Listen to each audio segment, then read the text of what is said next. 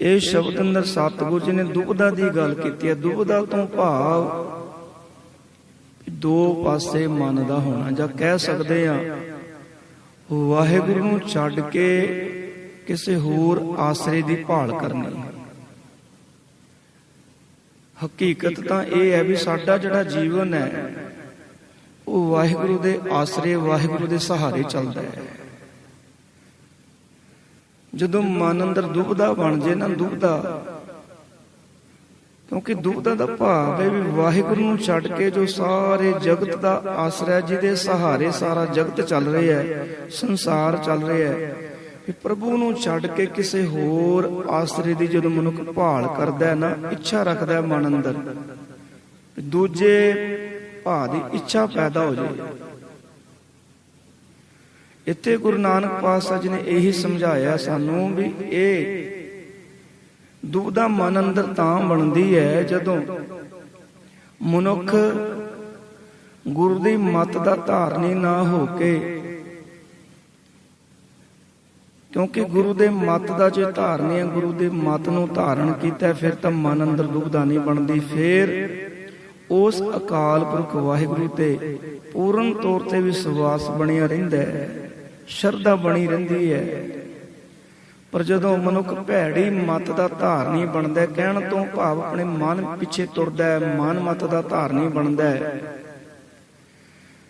ਫਿਰ ਉਹਦੇ ਜਿਹੜੇ ਕੰਮ ਨੇ, ਕੰਮ ਵੀ ਭੈੜੇ ਹੁੰਦੇ ਨੇ। ਬਖਸ਼ਿਸ਼ ਕੀਤੀ ਹੈ, ਦੁਬਦਾ ਦੁਰਮਤ ਉਦਲੀ ਕਾਰ, ਮਾਨਮੁਖ ਭਰਮੈ ਮੰਝ ਗੁਬਾਰ। ਜਦੋਂ ਮਨੁੱਖ ਭੈੜੀ ਮੱਤ ਦਾ ਧਾਰਨੀ ਹੁੰਦਾ, ਭੈੜੀ ਮੱਤ ਨੂੰ ਧਾਰਨ ਕਰਦਾ ਹੈ, ਫਿਰ ਇਹਦੀ ਹਾਲਤ ਐਸੀ ਬਣਦੀ ਹੈ, ਗੁਰੂ ਸਾਹਿਬ ਆਖਦੇ ਨੇ, ਇਹ ਪ੍ਰਭੂ ਅਕਾਲ ਪੁਰਖ ਵਾਹਿਗੁਰੂ ਨੂੰ ਛੱਡ ਕੇ ਹੋਰ ਸਹਾਰੇ ਵੱਲ ਤੱਕਦਾ, ਹੋਰ ਸਹਾਰੇ ਦੀ ਭਾਲ ਕਰਦਾ ਹੈ। ਜਦੋਂ ਅਕਾਲ ਪੁਰਖ ਵਾਹਿਗੁਰੂ ਦਾ ਲੜ ਛੱਡ ਦਿੱਤਾ ਤੇ ਕਿਸੇ ਹੋਰ ਦੁਨਿਆਵੀ ਸਹਾਰੇ ਦੇ ਆਸਰੇ ਜੀਵਨ ਜਿਉਣ ਦਾ ਅਸੀਂ ਯਤਨ ਕਰਾਂਗੇ, ਫਿਰ ਸਾਡੇ ਪੱਲੇ ਕੇਵਲ ਖੱਜਲ ਖੁਆਰੀ ਪੈਣੀ ਹੈ, ਕਿਉਂਕਿ ਵਾਹਿਗੁਰੂ ਹੀ ਸਾਡਾ, ਕਹਿ ਸਕਦੇ ਜ਼ਿੰਦਗੀ ਦਾ ਅਸਲੀ ਸਹਾਰਾ ਹੈ। ਹੁਣ ਜਦੋਂ ਮਨੁੱਖ ਦੁਬਦਾ ਵਿੱਚ ਪੈ ਕੇ ਜੀਵਨ ਬਤੀਤ ਕਰਦਾ ਹੈ, ਦੁਬਦਾ ਦੁਰਮਤ ਅੰਧਲੀ ਕਾਰ, ਫਿਰ ਇਹਦੇ ਜਿਹੜੇ ਸਾਰੇ ਕੰਮ ਨੇ, ਕਿਉਂਕਿ ਮੋਹ ਮਾਇਆ ਵਿੱਚ ਅੰਨਾ ਹੋਇਆ ਮਨੁੱਖ, ਦੁਬਦਾ ਵਿੱਚ ਅੰਨਾ ਹੋਇਆ ਮਨੁੱਖ ਫਿਰ ਕੰਮ ਵੀ ਅੰਨੇ ਹੀ ਕਰਦਾ। ਕਹਿਣ ਤੋਂ ਭਾਵ ਉਹ ਕੰਮ ਕਰਦਾ ਜੋ ਪਰਮੇਸ਼ਰ ਨੂੰ ਨਹੀਂ ਭਾਉਂਦੇ। ਜੇ ਚੰਗੀ ਮੱਤ ਦਾ ਧਾਰਨੀ ਹੈ, ਗੁਰੂ ਦੀ ਮੱਤ ਨੂੰ ਧਾਰਨ ਕੀਤਾ ਹੈ, ਗੁਰੂ ਦੀ ਮੱਤ ਤੇ ਤੁਰਦਾ, ਫਿਰ ਕੰਮ ਵੀ ਚੰਗੇ ਕਰਦਾ, ਚੰਗੇ ਮਨ ਅੰਦਰ ਖਿਆਲ ਆਉਂਦੇ ਨੇ, ਚੰਗਾ ਸੋਚਦਾ, ਚੰਗਾ ਵੇਖਦਾ। ਪਰ ਜਦੋਂ ਦੁਬਦਾ ਦਾ ਸ਼ਿਕਾਰ ਹੁੰਦਾ ਹੈ, ਭੈੜੀ ਮੱਤ ਦਾ ਧਾਰਨੀ ਬਣਦਾ ਹੈ, ਫਿਰ ਮਾੜੇ ਕੰਮ ਕਰਦੇ, ਕਿਉਂਕਿ ਮਾੜੇ ਹੀ ਮਨ ਅੰਦਰ ਖਿਆਲ ਉਤਪਨ ਹੁੰਦੇ ਨੇ। ਮਾੜਾ ਹੀ ਵੇਖੇਗਾ, ਮਾੜਾ ਹੀ ਬੋਲੇਗਾ, ਮਾੜੇ ਹੀ ਕੰਮ ਕਰੇਗਾ।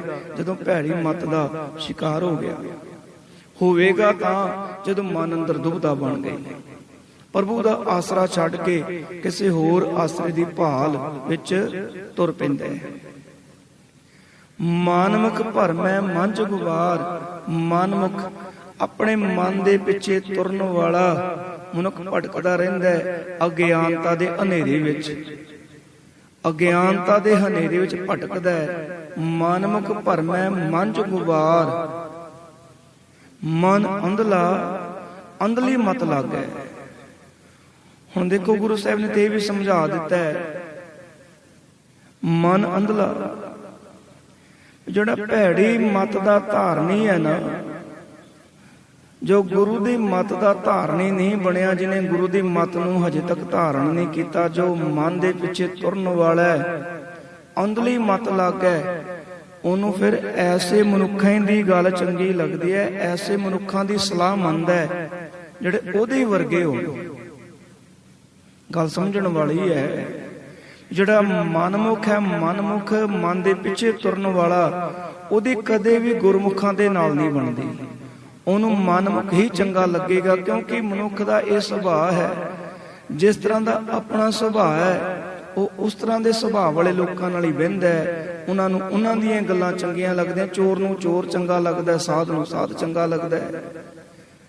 ਵੀ ਜਿਸ ਤਰ੍ਹਾਂ ਦਾ ਆਪਣਾ ਸੁਭਾਅ ਹੈ ਮਨੁੱਖ, ਉਸ ਤਰ੍ਹਾਂ ਦੇ ਮਨੁੱਖਾਂ ਦੀ ਸੰਗਤ ਭਾਲਦਾ ਵੀ ਮੈਨੂੰ ਮੇਰੇ ਹੀ ਵਰਗੇ ਬੰਦੇ ਮਿਲ ਜਾਣ ਜੈਸੀ ਮੇਰੀ ਮੱਤ ਹੈ। ਇੱਥੇ ਵੀ ਗੁਰੂ ਸਾਹਿਬ ਨੇ ਇਹੀ ਸਮਝਾਇਆ ਹੈ ਵੀ ਮੋਹ ਮਾਇਆ ਵਿੱਚ ਅੰਨਾ ਹੋਇਆ ਮਨੁੱਖ ਉਹਨਾਂ ਦੀ ਸਲਾਹ ਮੰਨਦਾ ਹੈ ਜੋ ਆਪ ਮੋਹ ਮਾਇਆ ਵਿੱਚ ਡੁੱਬੇ ਹੋਏ ਨੇ, ਜਿਨ੍ਹਾਂ ਨੇ ਗੁਰੂ ਦੀ ਮੱਤ ਨੂੰ ਧਾਰਨ ਨਹੀਂ ਕੀਤਾ, ਜੋ ਮਨ ਦੇ ਪਿੱਛੇ ਤੁਰਨ ਵਾਲੇ ਨੇ। ਮਨ ਅੰਧਲੀ ਮੱਤ ਲੱਗ ਹੈ, ਉਹਨਾਂ ਦੀ ਸਲਾਹ ਮੰਨਦਾ ਹੈ, ਉਹਨਾਂ ਦੀ ਗੱਲ ਨੂੰ ਚੰਗੀ ਲੱਗਦੀ ਹੈ। ਗੁਰ ਕਰਨੀ ਬਿਨ ਭਰਮ ਨਾ ਭਾਗੈ। ਗੁਰੂ ਸਾਹਿਬ ਆਖਦੇ ਨੇ ਜਿਹੜੀ ਭਟਕਣਾ ਹੈ ਨਾ, ਇਹ ਮੋਹ ਮਾਇਆ ਵਾਲੀ, ਇਹ ਜੋ ਤੇਰੇ ਅੰਦਰ ਦੁਬਦਾ ਬਣੀ ਹੋਈ ਹੈ, ਇਹ ਉਦੋਂ ਤੱਕ ਦੂਰ ਨਹੀਂ ਹੋਵੇਗੀ ਜਦੋਂ ਤੱਕ ਤੂੰ ਗੁਰੂ ਦੇ ਦੱਸੇ ਹੋਏ ਰਸਤੇ ਤੇ ਨਹੀਂ ਤੁਰਦਾ। ਗੁਰ ਕਰਨੀ, ਜੋ ਗੁਰੂ ਦਾ ਹੁਕਮ ਹੈ, ਗੁਰੂ ਦੇ ਦੱਸੇ ਹੋਏ ਰਸਤੇ ਤੇ ਤੂੰ ਨਹੀਂ ਤੁਰਦਾ।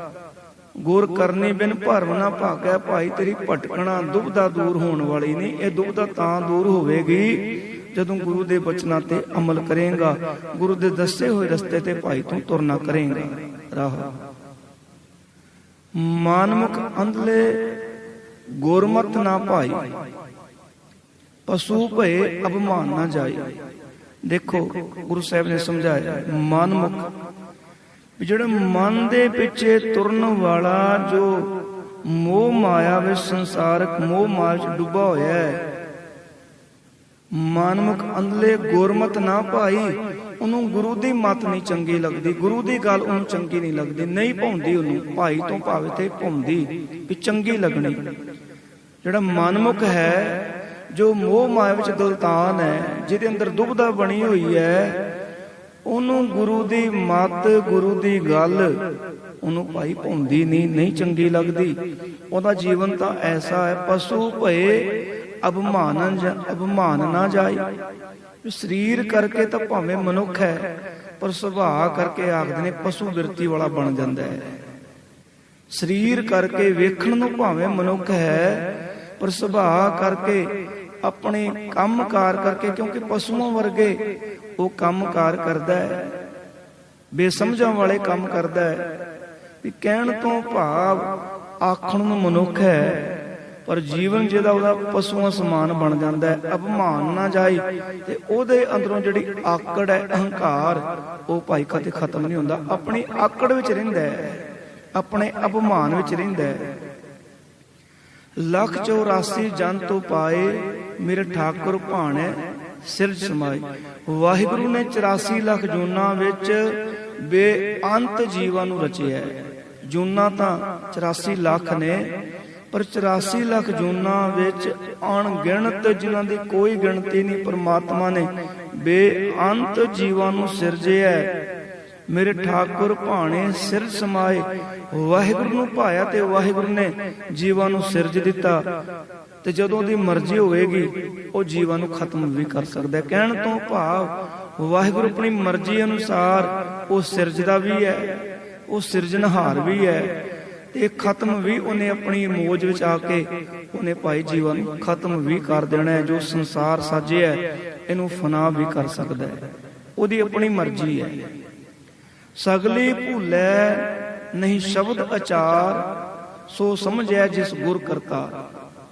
ਸਗਲੀ ਤੋਂ ਭਾਵ ਹੈ ਸਾਰੀ, ਵੀ ਸਾਰੇ ਮਨੁੱਖ ਜੋ ਪ੍ਰਮਾਤਮਾ ਨੇ ਸਾਜੇ ਨੇ, ਗੁਰੂ ਸਾਹਿਬ ਆਖਦੇ ਨੇ ਤਕਰੀਬਨ ਸਿਰਜਣਹਾਰ ਪ੍ਰਭੂ ਨੂੰ ਭੁੱਲ ਜਾਂਦੇ ਨੇ। ਸਗਲੀ ਭੁੱਲੈ ਨਹੀਂ ਸ਼ਬਦ ਅਚਾਰ, ਕਿਉਂਕਿ ਜੋ ਗੁਰੂ ਦਾ ਸ਼ਬਦ ਹੈ, ਗੁਰੂ ਦੇ ਸ਼ਬਦ ਦੀ ਕਮਾਈ ਨਹੀਂ ਕੀਤੀ।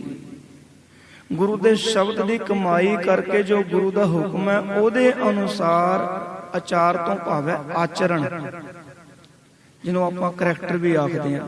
ਵੀ ਆਪਣਾ ਆਚਰਣ ਜਦੋਂ ਤੱਕ ਸ਼ੁੱਧ ਨਹੀਂ ਬਣਾਉਂਦਾ, ਉਦੋਂ ਤੱਕ ਗੁਰੂ ਸਾਹਿਬ ਆਖਦੇ ਨੇ ਭਾਈ ਗੱਲ ਨਹੀਂ ਬਣਦੀ। ਸਭ ਤੋਂ ਪਹਿਲਾਂ ਤੇਰਾ ਆਚਰਣ ਵੀ ਨਿਰਮਲ ਹੋਣਾ ਚਾਹੀਦਾ, ਬੇਦਾਗ ਹੋਣਾ ਚਾਹੀਦਾ। ਇਹ ਤਾਂ ਹੋਵੇਗਾ ਭਾਈ ਜਦੋਂ ਗੁਰੂ ਦੇ ਸ਼ਬਦ ਦੀ ਤੂੰ ਕਮਾਈ ਕਰੇਗਾ। ਗੁਰੂ ਨੇ ਤੈਨੂੰ ਸੋਝੀ ਬਖਸ਼ਣੀ ਹੈ ਵੀ ਜੀਵਨ ਕਿਵੇਂ ਜਿਉਣਾ ਹੈ, ਸੰਸਾਰ ਤੇ ਕਿਵੇਂ ਰਹਿਣਾ ਹੈ, ਕਿਵੇਂ ਵਿਚਰਨਾ ਹੈ। ਸੋ ਸਮਝਿਆ ਜਿਸ ਗੁਰ ਕਰਤਾਰ। ਪਰ ਆਪਣੇ ਆਪ ਸਮਝ ਨਹੀਂ ਲੱਗਦੀ। ਗੁਰੂ ਸਾਹਿਬ ਆਖਦੇ ਨੇ ਆਪ ਗੁਰ ਪਰਮੇਸ਼ਰ ਜਦੋਂ ਆਪ ਕਿਸ ਨੂੰ ਸੋਝੀ ਬਖਸ਼ਦਾ ਹੈ ਪੂਰਾ ਸਤਿਗੁਰੂ, ਉਹਨੂੰ ਸਮਝ ਲੱਗਦੀ ਹੈ ਵੀ ਸੰਸਾਰ ਵਿੱਚ ਰਹਿ ਕੇ ਵਿਚਰਨਾ ਕਿਵੇਂ ਹੈ, ਕਿਸ ਤਰ੍ਹਾਂ ਜੀਵਨ ਜੀਵਾਂਗੇ, ਜੀਵਨ ਸਫਲ ਹੋ ਜਾਏਗਾ ਤੇ ਪਰਮਾਤਮਾ ਨੂੰ ਭਾਵੇਗਾ। ਇਹ ਪੂਰੇ ਗੁਰੂ ਨੇ ਸੋਝੀ ਬਖਸ਼ਣੀ ਹੈ। ਉਹਦੇ ਲਈ ਪੂਰੇ ਗੁਰੂ ਦੇ ਦੁਆਰੇ ਤੇ ਆਉਣਾ ਪਵੇਗਾ। ਗੁਰੂ ਦੀ ਸ਼ਰਨ ਵਿੱਚ ਆਵਾਂਗੇ, ਨਕਮਸਤਕ ਹੋਵਾਂਗੇ, ਗੁਰੂ ਦੀ ਬਾਣੀ ਨੂੰ ਸੁਣਨਾ ਕਰਾਂਗੇ, ਗੁਰੂ ਦੀ ਬਾਣੀ ਨੂੰ ਜਪਾਂਗੇ, ਫਿਰ ਗੁਰੂ ਨੇ ਜਾ ਕੇ ਸਮਝ ਦੇਣੀ ਹੈ। ਨਹੀਂ ਤਾਂ ਮਨੁੱਖ ਆਪਣੇ ਆਪ ਵਿੱਚ ਆਪਣੇ ਆਪ ਨੂੰ ਜਿੰਨਾ ਮਰਜ਼ੀ ਸਮਝਦਾਰ ਸਮਝੇ, ਅਸਲ ਵਿੱਚ ਇਹ ਜਿਹੜੀ ਸਾਡੀ ਸਮਝ ਹੈ ਇਹ ਕੇਵਲ ਇਸ ਸੰਸਾਰ ਤੱਕ ਸੀਮਤ ਹੈ। ਮਨੁੱਖ ਉਨੀ ਕੀ ਸਮਝ ਰੱਖਦਾ ਹੈ ਜਿਹਦੇ ਨਾਲ ਆਪਣਾ ਤੇ ਆਪਣਾ ਪਰਿਵਾਰ ਚਲਾ ਸਕੇ, ਪਰ ਜਿਹੜੀ ਆਤਮਿਕ ਤੌਰ ਤੇ ਸੋਝੀ ਹੈ ਉਹ ਪੂਰੇ ਗੁਰੂ ਕੋਲੋਂ ਮਿਲਣੀ। ਅੱਗੇ ਕਿਰਪਾ ਕੀਤੀ ਹੈ, ਸੋ ਸਮਝੈ ਜਿਸ ਗੁਰ ਕਰਤਾਰ, ਗੁਰ ਕੇ ਚਾਕਰ ਠਾਕੁਰ ਭਾਣੇ, ਬਖਸ਼ ਲੀਏ ਨਾਹੀ ਜਮ ਕਾਣੇ। ਗੁਰੂ ਕੇ ਚਾਕਰ, ਜਿਹੜੇ ਗੁਰੂ ਦੇ ਸੇਵਕ ਬਣ ਗਏ ਨੇ, ਭਗਤ ਬਣ ਗਏ ਨੇ, ਠਾਕੁਰ ਭਾਣੇ, ਉਹ ਪਰਮਾਤਮਾ ਨੂੰ ਪਿਆਰੇ ਲੱਗਣ ਲੱਗ ਪੈਂਦੇ ਨੇ, ਪਰਮਾਤਮਾ ਨੂੰ ਚੰਗੇ ਲੱਗਦੇ ਨੇ ਜੋ ਗੁਰੂ ਦੇ ਭਗਤ ਨੇ। ਬਖਸ਼ ਲੀਏ ਨਾਹੀ ਜਮ ਕਾਣੇ, ਕਾਣੇ ਤੋਂ ਭਾਵ ਤੇ ਮੁਹਤਾਜੀ, ਉਹਨਾਂ ਨੂੰ ਆਪ ਪਰਮੇਸ਼ਰ ਨੇ ਬਖਸ਼ ਲਿਆ, ਪਰਮੇਸ਼ਰ ਉਹਨਾਂ ਨੂੰ ਬਖਸ਼ ਦਿੰਦਾ ਹੈ, ਉਹਨਾਂ ਨੂੰ ਫਿਰ ਕਿਸੇ ਦੀ ਮੁਹਤਾਜੀ ਨਹੀਂ ਰਹਿੰਦੀ, ਉਹ ਜਮਾਂ ਦੇ ਵਸ ਨਹੀਂ ਪੈਂਦੇ। ਜਿਨ ਕੈ ਹਿਰਦੈ ਏਕੋ ਭਿਆ, ਜਿਨ੍ਹਾਂ ਦੇ ਹਿਰਦੇ ਵਿੱਚ ਇੱਕੋ ਪਰਮੇਸ਼ਰ ਦਾ ਨਾਮ ਵਸ ਪਿਆ, ਜੋ ਇੱਕ ਦੇ ਨਾਲ ਜੁੜ ਗਏ ਨੇ, ਆਪੇ ਮੇਲੇ ਭਰਮ ਚੁਕਾਇਆ, ਆਪ ਵਾਹਿਗੁਰੂ ਨੇ ਕਿਰਪਾ ਕੀਤੀ, ਉਹਨਾਂ ਦੇ ਅੰਦਰੋਂ ਭਟਕਣਾ ਖਤਮ ਕਰ ਦਿੱਤੀ ਹੈ, ਦੁਬਿਧਾ ਦੂਰ ਕਰਕੇ ਵਾਹਿਗੁਰੂ ਨੇ ਉਹਨਾਂ ਨੂੰ ਆਪਣੇ ਨਾਲ ਮੇਲ ਲਿਆ। ਬੇਮੋਤਾਜ ਬੇਅੰਤ ਅਪਾਰਾ, ਉਹ ਵਾਹਿਗੁਰੂ ਜੋ ਬੇਮੋਤਾਜ, ਉਹਨੂੰ ਕਿਸੇ ਦੀ ਮੁਹਤਾਜੀ ਨਹੀਂ, ਬੇਅੰਤ ਹੈ ਜਿਹਦਾ ਕਿਸੇ ਨੇ ਅੰਤ ਨਹੀਂ ਪਾਇਆ। ਬੇਮੋਤਾਜ ਬੇਅੰਤ ਅਪਾਰਾ, ਅਪਾਰਾ ਤੋਂ ਭਾਵ ਹੈ ਕਿਸੇ ਨੇ ਉਹਦੀ ਬਖਸ਼ਿਸ਼ਾਂ ਦਾ ਪਰਲਾ ਬੰਨਾ ਨਹੀਂ ਲੱਭਿਆ ਅਜ ਤੱਕ, ਕਿਉਂਕਿ ਉਹ ਬੇਅੰਤ ਹੈ।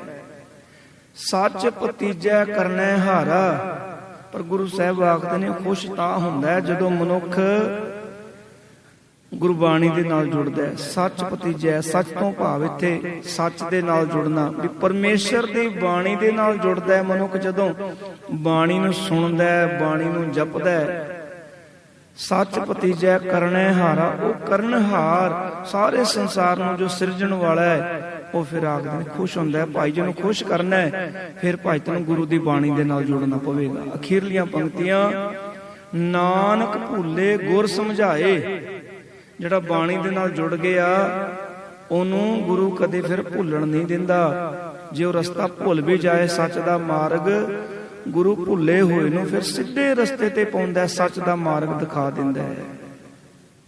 ਭੁੱਲੇ ਹੋਏ ਨੂੰ ਜੇਕਰ ਕਿਤੇ ਭੁੱਲ ਜਾਂਦਾ ਹੈ, ਮਨ ਅੰਦਰ ਕਿਤੇ ਦੁਬਿਧਾ ਬਣ ਜਾਂਦੀ ਹੈ, ਤੇ ਪੂਰੇ ਗੁਰੂ ਦੇ ਨਾਲ ਸਾਂਝ ਹੈ। ਪੂਰਾ ਗੁਰੂ ਪਹਿਲੀ ਗੱਲ ਰਸਤਾ ਭੁੱਲਣ ਹੀ ਨਹੀਂ ਦਿੰਦਾ। ਜੇ ਕਿਤੇ ਭੁੱਲ ਜਾਵੇ ਤੇ ਪੂਰਾ ਗੁਰੂ ਸਮਝਾ ਕੇ ਮੁੜ ਉਹਨੂੰ ਫਿਰ ਸੱਚ ਦਾ ਮਾਰਗ ਦਿਖਾ ਦਿੰਦਾ ਹੈ। ਏਕ ਦਿਖਾਵੇ ਸਾਚ ਟਿਕਾਵੇ, ਇੱਕੋ ਰਸਤਾ ਜੋ ਪ੍ਰਮਾਤਮਾ ਦੇ ਘਰ ਤੱਕ ਜਾਂਦਾ ਹੈ, ਜਿਹਦੇ ਰਸਤੇ ਤੇ ਤੁਰ ਕੇ ਜਿਸ ਰਸਤੇ ਤੇ ਵਾਹਿਗੁਰੂ ਨੂੰ ਮਿਲਿਆ ਜਾ ਸਕਦਾ ਹੈ, ਵਾਹਿਗੁਰੂ ਦਾ ਮਿਲਾਪ ਹੋਣਾ ਹੈ, ਉਹ ਪੂਰੇ ਗੁਰੂ ਨੇ ਦਿਖਾਣਾ ਹੈ। ਸੱਚ ਦਾ ਮਾਰਗ ਸਾਚ ਟਿਕਾਵੇ, ਤੇ ਮਨ ਜਿਹੜਾ ਭਟਕਦਾ ਹੈ, ਮਨ ਨੂੰ ਪੂਰਾ ਗੁਰੂ ਫਿਰ ਵਾਹਿਗੁਰੂ ਦੇ ਚਰਨਾਂ ਵਿੱਚ ਟਿਕਾਉਣ ਦੀ ਯੁਕਤੀ ਦੱਸਦਾ ਹੈ। ਪੂਰੇ ਗੁਰੂ ਨੇ ਢੰਗ ਦੱਸਣਾ ਹੈ ਵੀ ਕਿਵੇਂ ਵਾਹਿਗੁਰੂ ਦੇ ਚਰਨਾਂ 'ਚ ਅਭੇਦ ਹੋਣਾ ਹੈ।